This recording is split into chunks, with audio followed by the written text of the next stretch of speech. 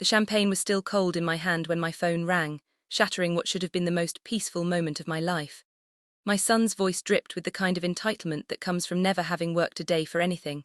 24 hours later, I was standing in my own foyer, watching a parade of strangers track sand across my Italian marble floors like they owned the place. If you're watching this, subscribe and let me know where you're watching from. Let me back up to how this delicious mess started. 3 months ago, I sold Sterling Marketing Solutions, the company I'd built from nothing over 30 years. The buyers paid 2.8 million cash, and after taxes, I had enough to do exactly what I wanted. Buy my dream beach house and disappear from the corporate rat race forever. The house was everything I'd fantasized about during those brutal 18-hour work days. 6,000 square ft of weathered cedar and glass perched on the dunes of the Outer Banks with panoramic ocean views, and enough space to host my entire extended family for the holidays I'd been too busy to enjoy for decades. I'd been there exactly 8 hours when Brandon called. "No congratulations on your retirement, Mom, or the house looks amazing. Just straight to business. Mom, we need you to move to the guest room upstairs." Melissa's entire family is flying in tomorrow for a 2-week vacation. Her parents, her sister's family, her brother and his girlfriend, that's 11 people total. I actually laughed. "Brandon, honey, this is my house. If you want to vacation here, we can work out some dates." "No, you don't understand. We already booked their flights. They're expecting to stay in the master suite and the main bedrooms. The guest room has a perfectly good ocean view. You'll be fine up there." The casual assumption that I'd just comply left me momentarily speechless. This was the same son I'd put through business school, whose failed restaurant I'd laid out twice, whose mortgage I'd helped with when his graphic design company nearly folded. "Brandon, I bought this house to relax and enjoy my retirement. I'm not running a hotel for Melissa's family." His voice turned cold in a way that reminded me uncomfortably of his father during our divorce negotiations. "Look, Mom, you've got this huge house all to yourself. It's selfish. And if you don't want to be reasonable about sharing it, well, I heard there's a very nice assisted living facility just down the coastal highway." The threat hung in the air like smoke from a housefire. My 35-year-old son was essentially telling me to accommodate his in-laws or face abandonment again. "I see," I said quietly. "And what if I refuse?" "Then I guess we'll have to reconsider how much help you actually need at your age. Living alone in such a big house, managing all that space. Maybe it's too much responsibility for someone in their mid-60s. After I hung up, I sat on my new deck watching the sunset paint the ocean in shades of amber and gold. The beauty should have been healing, but all I could think about was the satisfied smugness in Brandon's voice. He thought he'd cornered me. Thought I was just another helpless old woman who'd caved to emotional blackmail. What Brandon didn't know, what I'd learned in 30 years of business, was that the best victories come from letting your opponent think they've already won. The next morning, I started preparing for their arrival, but not in the way they expected. I woke up to the sound of car doors slamming and voices carrying across the morning air. Apparently, Melissa's family had decided to arrive at 7:00 a.m. without warning, because why would they consider that the homeowner might want advance notice?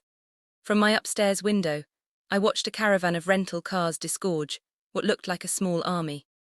Melissa directed traffic like a general deploying troops, pointing toward different entrances and barking orders about luggage distribution. Her parents emerged from the first car, both wearing those aggressively casual vacation outfits that scream, "We're here to be served." What struck me most was how comfortable they all seemed. No hesitation, no glances toward the house, wondering if they should knock first. They moved like people who'd been told this was their space now. I slipped on my robe and headed downstairs, curious to see how they'd handle actually encountering the homeowner. "Oh." Melissa startled when she saw me, then quickly recovered. "Elelina, Brandon said you'd moved upstairs already." "Good. The master suite gets the best morning light, and Mom has arthritis, so she really needs the ground floor bedroom." Her parents swept past me without introduction, wheeling their suitcases toward my bedroom like they were checking into a resort. Melissa's sister Rachel and her husband corralled their 2 teenagers toward the guest bedrooms on the second floor, while brother Kevin and his girlfriend claimed the den with the pull-out sofa. "Coffee's in the kitchen," I said mildly. "Help yourselves." "Oh, we brought our own supplies," Melissa chirped, opening my pantry and beginning to rearrange my carefully organized shelves. "Mom's on a special diet and the kids are picky eaters. We'll just need you to clear out some refrigerator space." I watched her pile my groceries into a cardboard box like she was cleaning out an employee's desk. The audacity was almost impressive. "Almost. Where would you like me to put these?" I asked, holding up my displaced food. "The garage refrigerator should be fine." Brandon said you had one out there. Of course, Brandon had given them a complete inventory of my property. I wondered what else he'd shared during their planning sessions. By noon, my house had been completely transformed. Pool toys littered the deck, wet towels draped over my antique furniture, and the kitchen looked like a hurricane had hit it. Melissa's mother held court at my dining table, complaining loudly about the water pressure in her shower while her husband critiqued my cable channel selection. Elena, Melissa's father, called out, "We're going to need the Wi-Fi password. And do you have any of those little drink umbrellas? The kids are making tropical smoothies."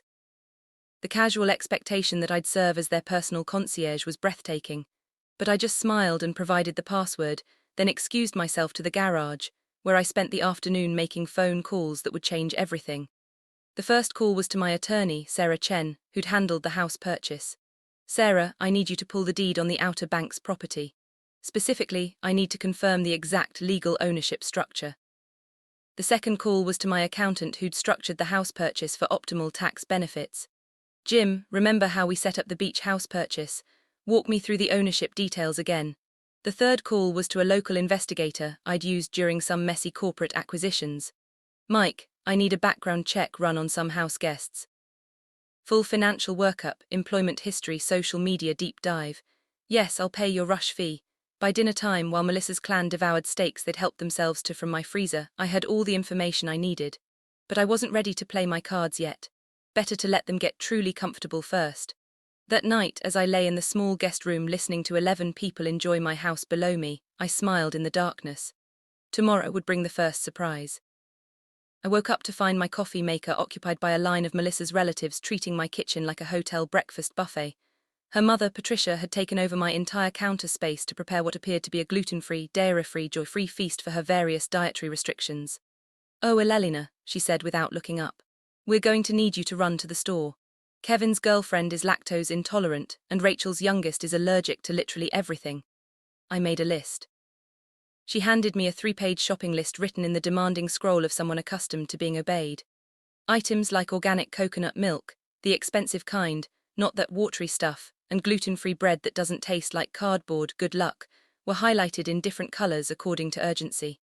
The casual assumption that I'd become their unpaid grocery service was remarkable, even by my family's standards. But instead of arguing, I took the list and headed for town. What they didn't know was that I had my own errands to run. My first stop was the hardware store where I purchased several items that would prove useful later. Next, I visited the local phone company to discuss some changes to my service plan. Then, a quick trip to my bank where I had a fascinating conversation with the manager about account security features. By the time I returned with their groceries, Melissa's crew had made themselves even more at home. Kevin had rearranged my living room furniture to optimize TV viewing, while Rachel's kids had discovered my art supplies and were creating masterpieces on my dining room walls. "Oh good, you're back," Melissa said, not bothering to help with the bags. "We're planning a big barbecue tomorrow night. About 30 people, Brandon's friends, some locals we've met, a few business contacts. You'll need to get steaks, hamburgers, hot dogs, all the sides. I sent you a text with the details." 30 people in my house without my permission. "That sounds like quite a party," I said evenly. "It's going to be amazing. We're really going to put this place on the map. Brandon said you never entertained much, so it's probably good to get some real use out of this kitchen." I noticed she'd already started moving my personal items out of the common areas. Family photos, my books, even my mother's antique vase had been temporarily relocated to make room for their vacation aesthetic. That evening, while they planned their party from my deck chairs, I made another round of phone calls from the garage. This time to some old business contacts who owed me favors. Big favors. "Tom, it's Elena Sterling. Yes, I know I'm retired, but I need a small favor. How quickly can your catering company handle a last-minute event? 30 people tomorrow night. Money's no object, but there's a catch." The next morning brought a flurry of activity as Melissa's family prepared for their grand party. They'd invited half the beach community, promising premium steaks and top-shelf liquor in my house. Patricia spent the morning criticizing my kitchen organization while simultaneously taking over every surface for party prep. Around noon, I heard Brandon's voice from the driveway and went to the window. He'd arrived with even more guests, college friends who'd apparently been promised a weekend at the family beach house. The casual way he distributed my spare keys to people I'd never met was particularly impressive. "Mom," he called out when he saw me. "There you are. Hope you're ready for a real party. We've got some important people coming tonight. Business networking, this house is perfect for making connections. Important people in my house for Brandon's networking opportunities. The irony was delicious. I spent the afternoon on the deck reading and watching their preparations with the detached interest of an anthropologist studying a primitive tribe. They'd completely taken over, transforming my peaceful retreat into party central, never once asking if I minded having my home invaded by strangers. Around 5:00 p.m., I excused myself to get ready for the evening. After all, I wouldn't want to miss their big party. What they didn't know was that I'd prepared a few surprises of my own. By 6:00 p.m., cars lined my driveway like a luxury dealership showcase. Mercedes, BMWs and Range Rovers belonging to the important people Brandon had invited to network at his mother's expense. I watched from my upstairs window as strangers wandered through my garden, helped themselves to drinks from my bar, and settled into my furniture like they owned it. Melissa had outdone herself with the decorations, creating what she called beach house chic by rearranging 30 years' worth of my collected treasures. My grandmother's quilts were now casual throw blankets. My award plaques had been tucked away as too corporate, and she'd actually moved my personal photographs to the closet so they wouldn't clutter the aesthetic. The final insult came when I saw Brandon giving someone a tour, describing the house as the family property and casually mentioning that he was handling all the management decisions now that I was getting on in years. At 64, I chose my outfit carefully for the evening. A simple black dress that had served me well during hostile corporate takeovers.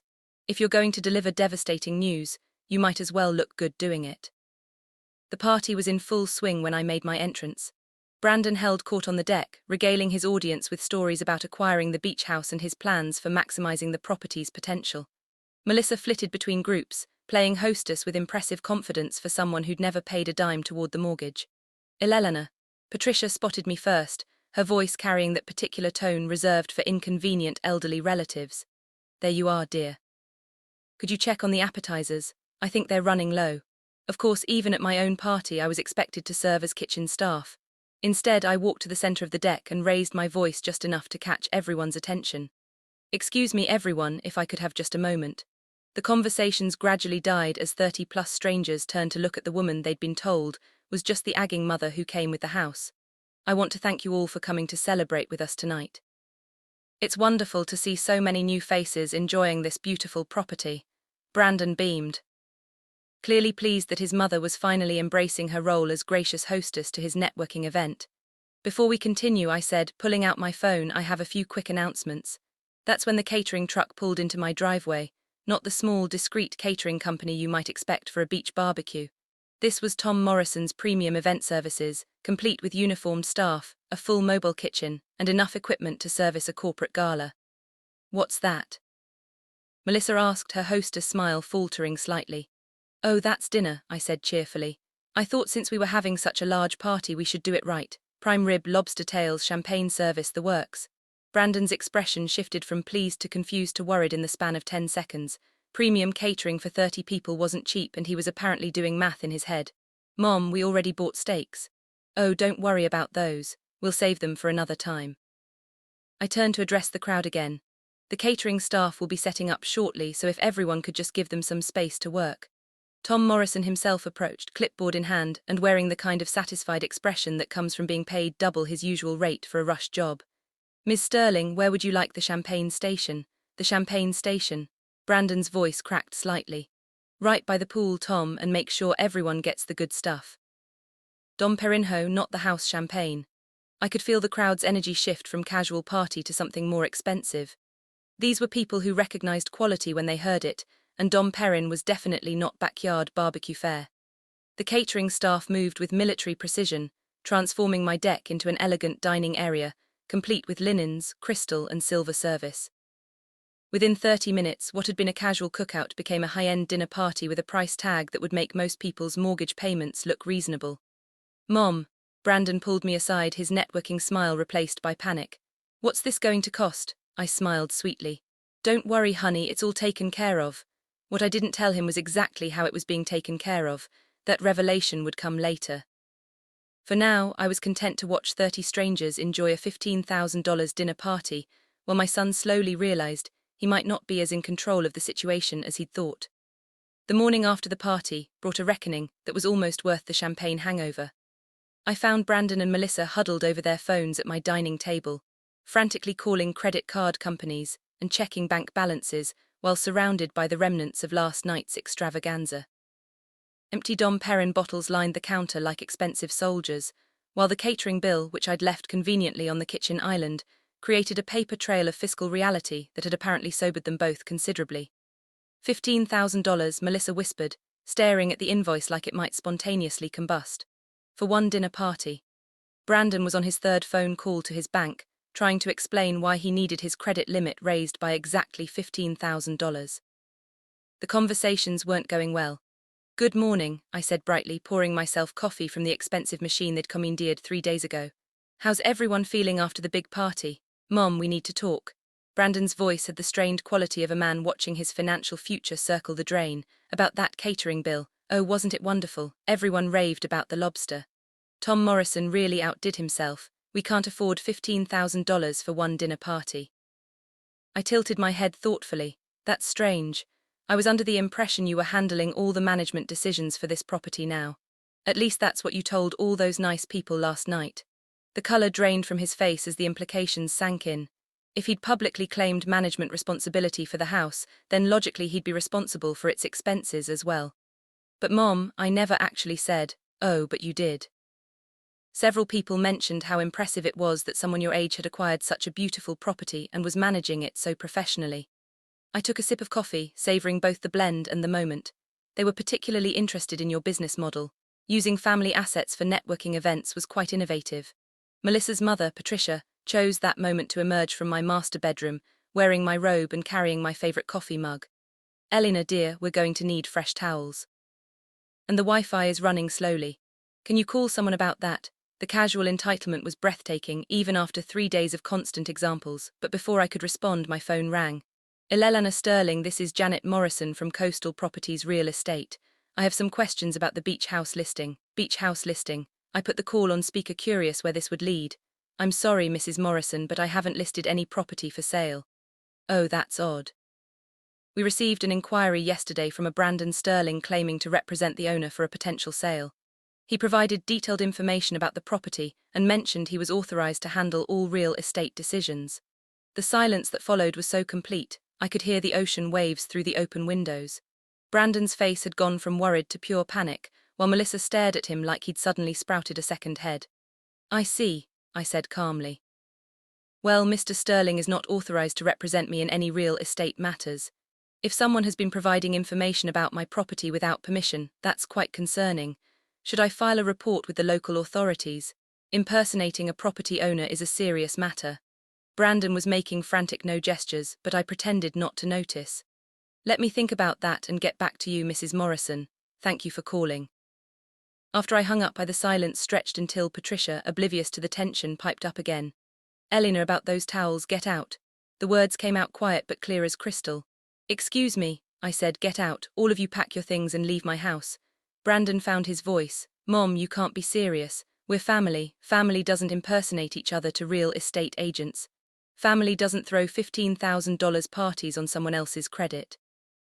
And family certainly doesn't threaten nursing homes when they don't get their way." I walked to the front door and held it open.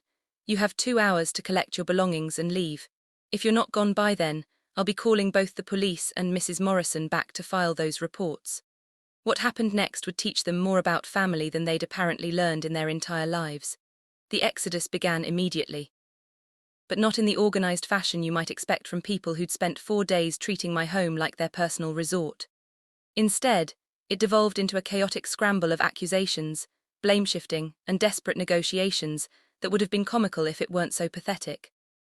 Patricia emerged from my master bedroom, dragging her suitcase and muttering about ungrateful hosts and false advertising. Kevin's girlfriend loudly complained about having to cut their vacation short because of my unreasonable demands. Rachel's teenagers actually seemed relieved. Apparently sharing space with so many adults hadn't been their idea of a good time either. But it was Brandon's reaction that surprised me most. Instead of apologizing or attempting to make amends, he doubled down on his entitlement. "You're making a huge mistake, Mom. Do you know who some of those people were last night? I was building valuable business relationships, networks that could benefit the whole family. The whole family? I raised an eyebrow.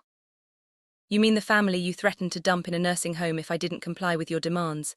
Melissa tried a different approach, switching to her most manipulative voice. Eleanor, I think we got off on the wrong foot here. Maybe we can work something out, split the house time, shared expenses, I almost laughed. Like the $15,000 you can't afford to pay. Or the groceries I bought for your family's special diets. Or perhaps the utility bills that tripled when 11 people moved in. That's when Brandon played what he clearly thought was his ace card. Fine, but you're going to regret this. You think you can just live in this huge house all alone. At your age, what happens when you fall, when you can't manage the upkeep? You're going to need family and we won't be there. The threat hung in the air like smoke, and I could see him thinking he'd won, that he'd successfully backed me into a corner with the spectre of elderly helplessness and isolation. What Brandon didn't realize was that he just handed me the perfect opportunity to deliver the piece to resistance. You know what, Brandon, you're absolutely right. I can't manage this house alone. It's far too much responsibility for someone my age.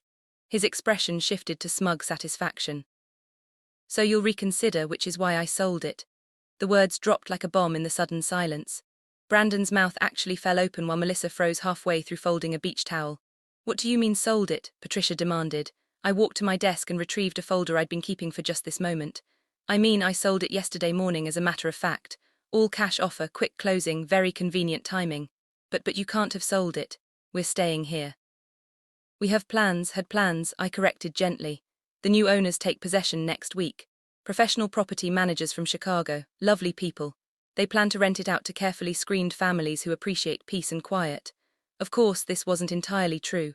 What I'd actually done was transfer the property into an LLC I controlled with management handled by a company that specialized in high-end vacation rentals.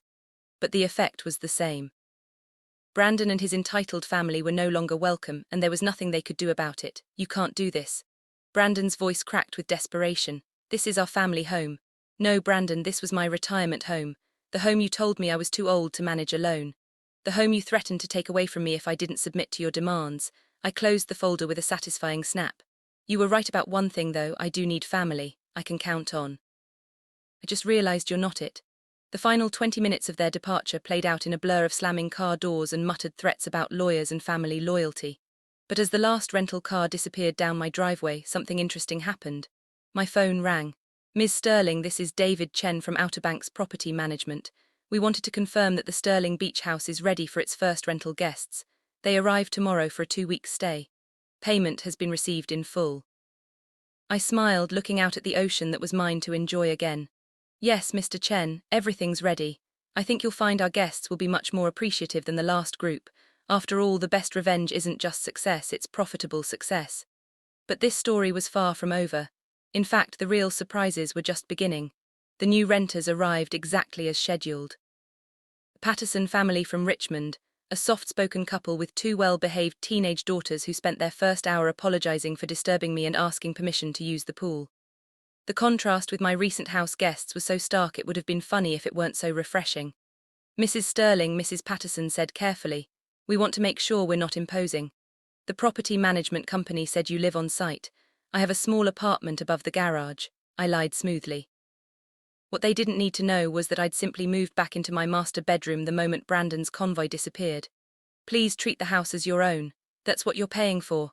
The rental income was substantial. $8,000 for 2 weeks with bookings solid through the summer season. Not only had I reclaimed my peace, but I'd turned my forced hospitality into a profitable business venture. Sometimes the universe has a delicious sense of irony. My quiet morning coffee ritual was interrupted by the doorbell. Through the peephole I could see a woman in an expensive suit holding what appeared to be legal documents. This should be interesting. Ms. Sterling, I'm Rebecca Walsh from Walsh Henderson and Associates.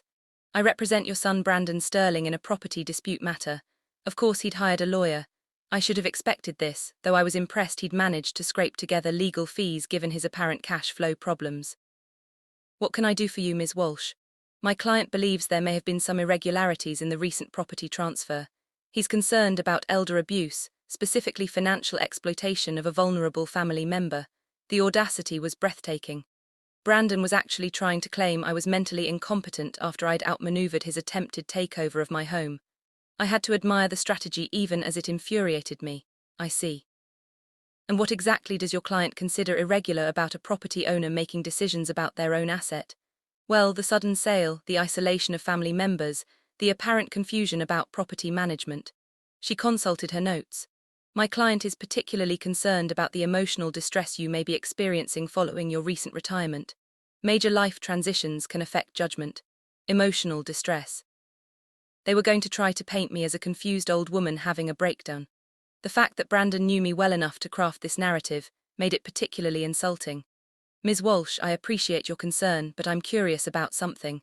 Did your client mention the $15,000 catering bill he authorized at my property? Or perhaps his unauthorized communications with real estate agents claiming to represent me? Her confident expression flickered. I'm sure there are explanations. Oh, I'm sure there are, in fact. I think this conversation would be much more productive if we involved my attorney.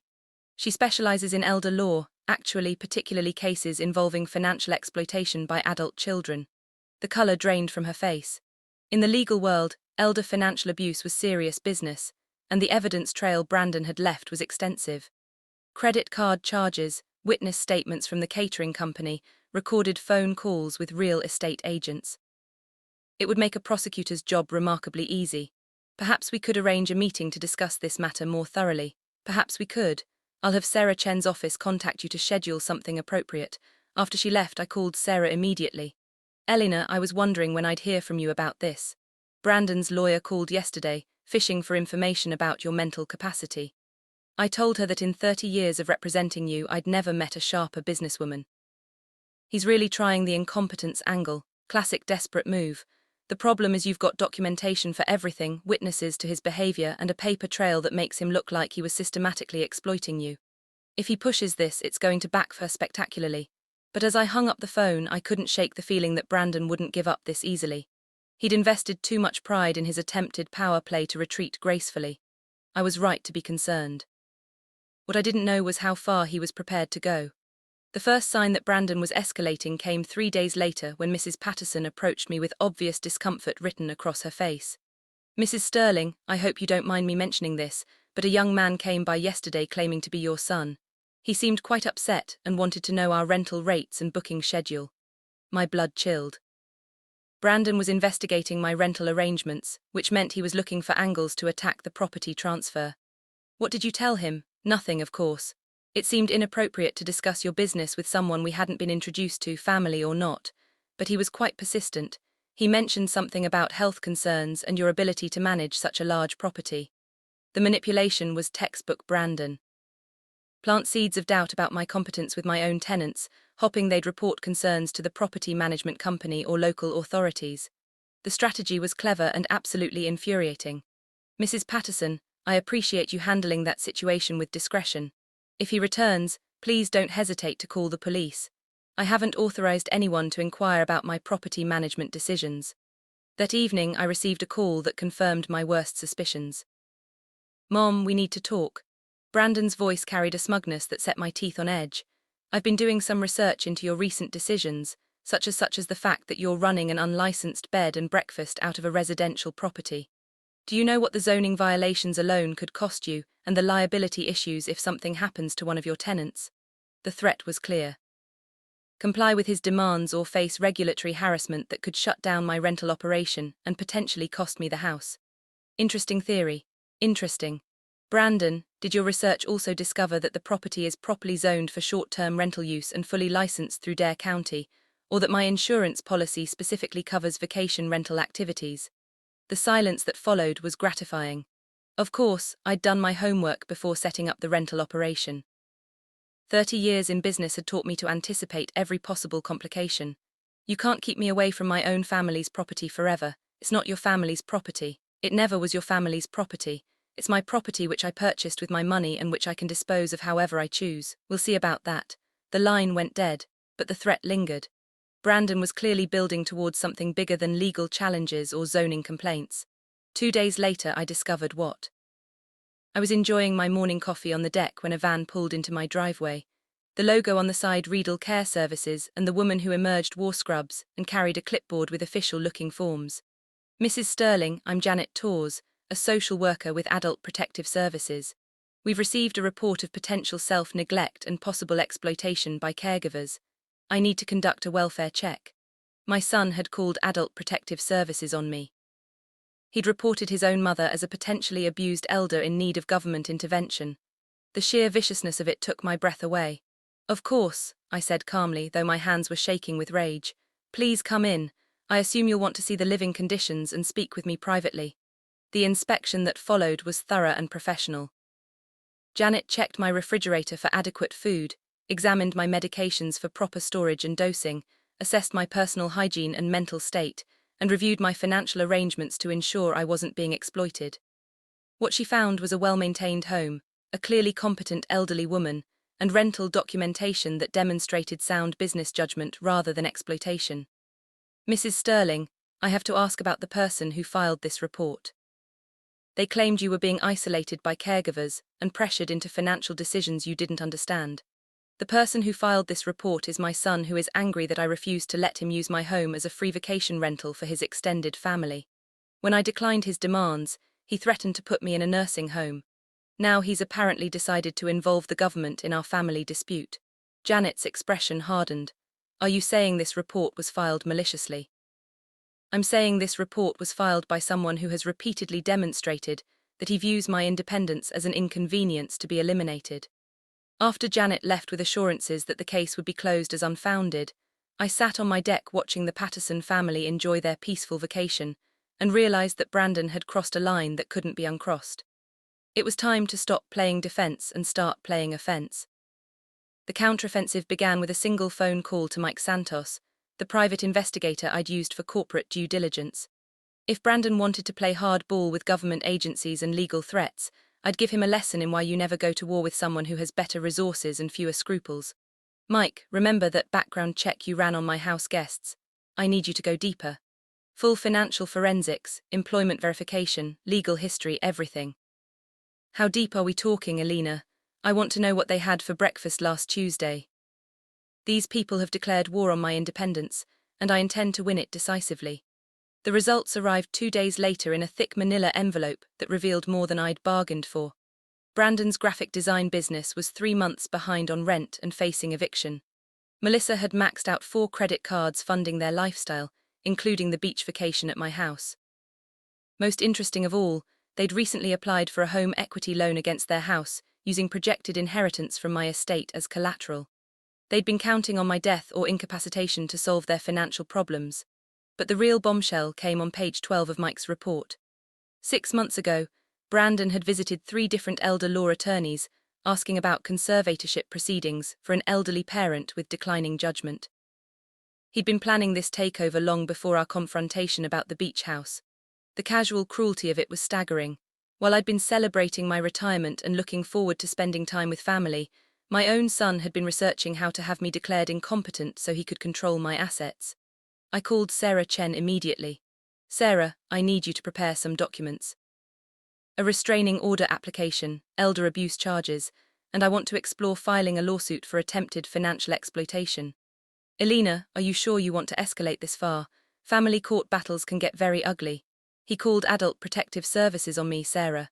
He tried to have the government declare me incompetent based on lies. This stopped being a family dispute when he decided to destroy my reputation to get his hands on my money." That afternoon, while the Patterson family enjoyed their last few days of vacation, I implemented phase 2 of my strategy. I'd learned long ago that the best way to defeat an adversary was to remove their motivation for fighting. The first call was to Brandon's landlord, a commercial property manager I dealt with in my business days. A few strategic questions revealed that Brandon was indeed facing eviction and had been making increasingly desperate promises about upcoming family funds to buy time. The second call was to the credit card companies.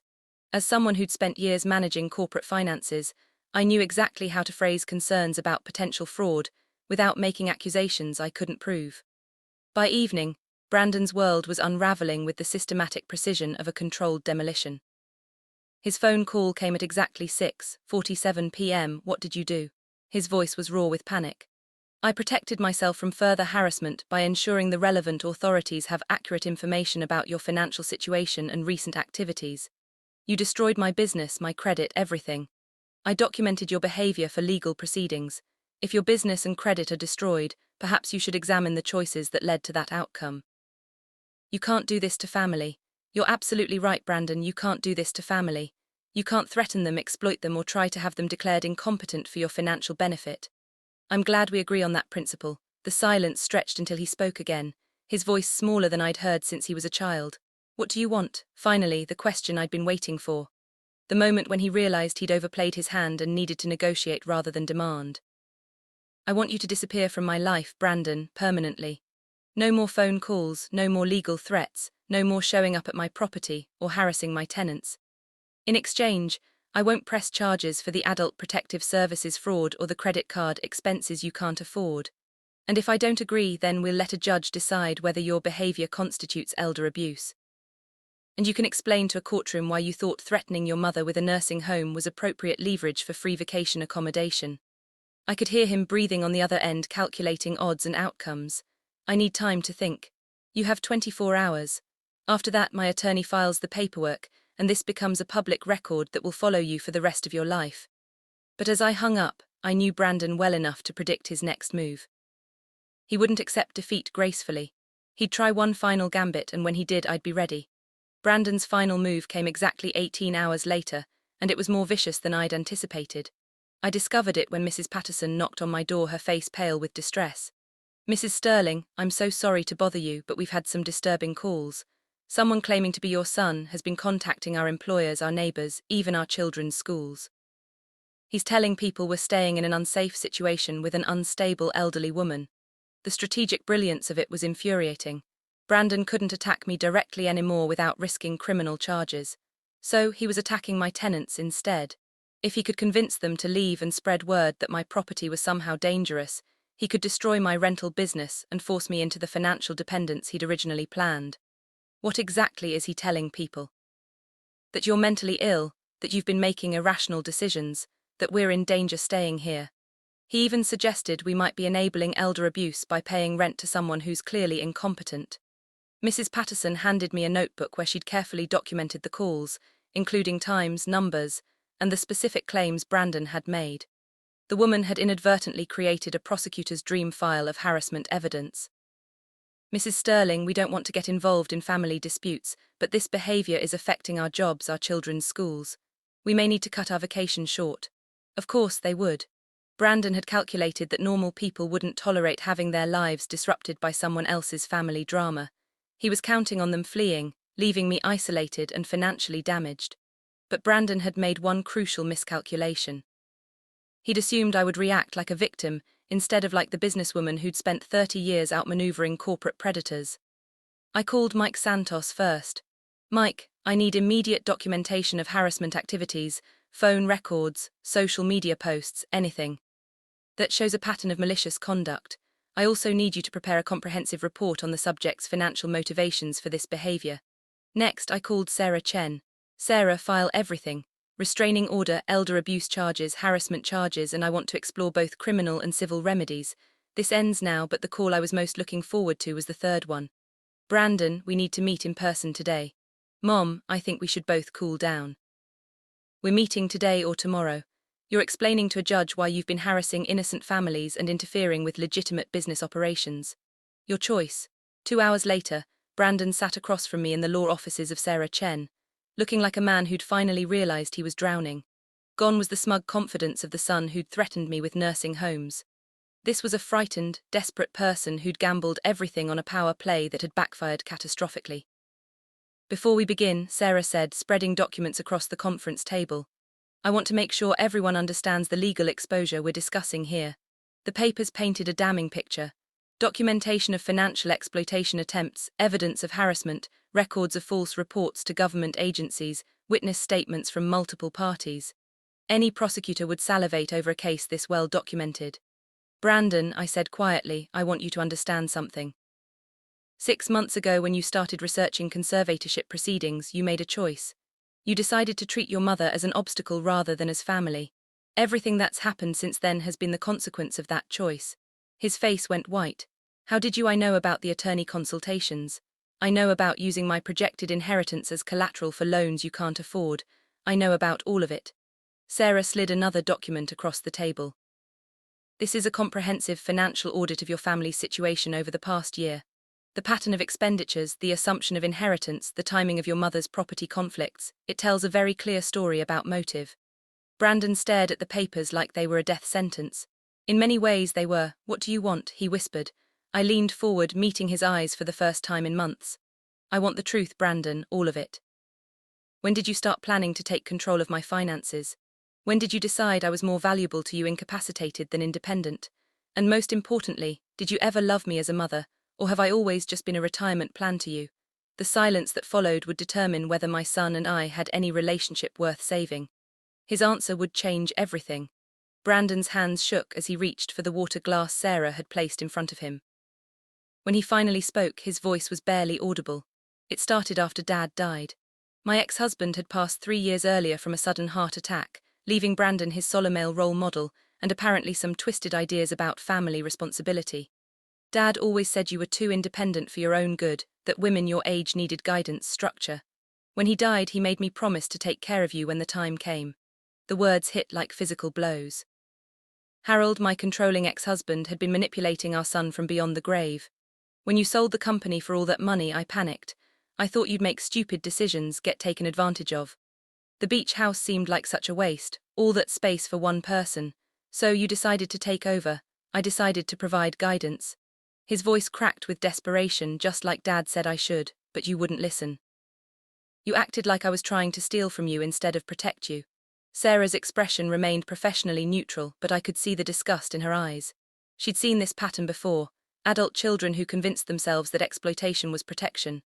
Brandon, when did protecting me become taking over my house and threatening me with nursing homes? When you wouldn't be reasonable. The mask slipped completely now, revealing the entitled anger underneath. You had this huge house you didn't need, money you couldn't possibly spend, and you were just wasting it, sitting there alone instead of sharing with family. Sharing with family or providing free vacation accommodation for your in-laws while you used my property for business networking. He flinched but pressed on. Everything I did was for the family. The connections I was making, the business opportunities that would have benefited everyone eventually, including the part where you researched having me declared incompetent. The question hung in the air like a death sentence. Brandon's face cycled through denial, defiance, and finally defeated acceptance. The lawyers said it was the only way to protect you from yourself, that someone your age shouldn't be making major financial decisions alone. Sarah leaned forward. Mr. Sterling, did any of these lawyers suggest that your mother showed signs of actual cognitive decline? Or were you shopping for legal opinions that matched your desired outcome? The silence was answer enough. I stood up, suddenly exhausted by the whole pathetic spectacle. This was my son, the child I'd worked 2 jobs to support, whose scraped knees I'd bandaged, whose failures I'd funded repeatedly, and he'd been planning to destroy my independence for his own benefit while convincing himself it was for my protection. Sarah, proceed with all legal remedies. I want restraining orders. I want harassment charges filed, and I want a comprehensive legal barrier between this person and my life. Mom, wait. You're not my son anymore, Brandon. Sons don't research having their mothers declared incompetent. Sons don't threaten nursing homes when they don't get their way. Sons don't call government agencies to report their own parents as abuse victims. I turned to face him one final time. You want to know the ironic part? If you'd simply asked to visit the beach house occasionally, I would have said yes. If you'd been respectful, grateful, kind, I would have shared everything with you eventually. But you couldn't wait for generosity. You had to take control. His face crumpled. I can change, we can fix this. No, we can't. Trust once broken, this completely can't be repaired. You've shown me who you really are and I believe you. I walked toward the door, then paused. Oh, and Brandon, that $15,000 catering bill you authorized, I've decided not to pay it. Since you publicly claimed management authority over the property, the catering company will be pursuing you for payment. I'm sure your lawyer can explain your legal exposure for unauthorized contracts. 6 months later, I received a wedding invitation from the Patterson family. Their oldest daughter was getting married, and they'd asked if they could hold the ceremony at that beautiful beach house where we had such a peaceful vacation. The rental income from wedding events, it turned out, was even more lucrative than vacation bookings. Brandon sent one final letter through his attorney. A formal apology that requested visitation rights and suggested family counseling. I had Sarah respond with a simple statement. Miss Sterling has moved on with her life and wishes you well in yours, because that's exactly what I'd done. I'd moved on to a life where my independence was respected. My decisions were my own, and family meant people who loved me rather than people who wanted to control me. Some days, sitting on my deck watching the sunrise over the Atlantic, I felt a twinge of sadness for the son I'd lost. But mostly I felt gratitude for the life I'd saved, my own. The beach house became everything I'd dreamed it would be, a place of peace, beauty, and genuine hospitality. Just not for the family I'd originally intended to share it with. Sometimes the best family is the one you choose rather than the one you're born with. And sometimes the greatest act of love is refusing to enable someone else's worst impulses, even when that someone is your own child. Especially when that someone is your own child. Thanks for listening. Don't forget to subscribe and feel free to share your story in the comments. Your voice matters. Music.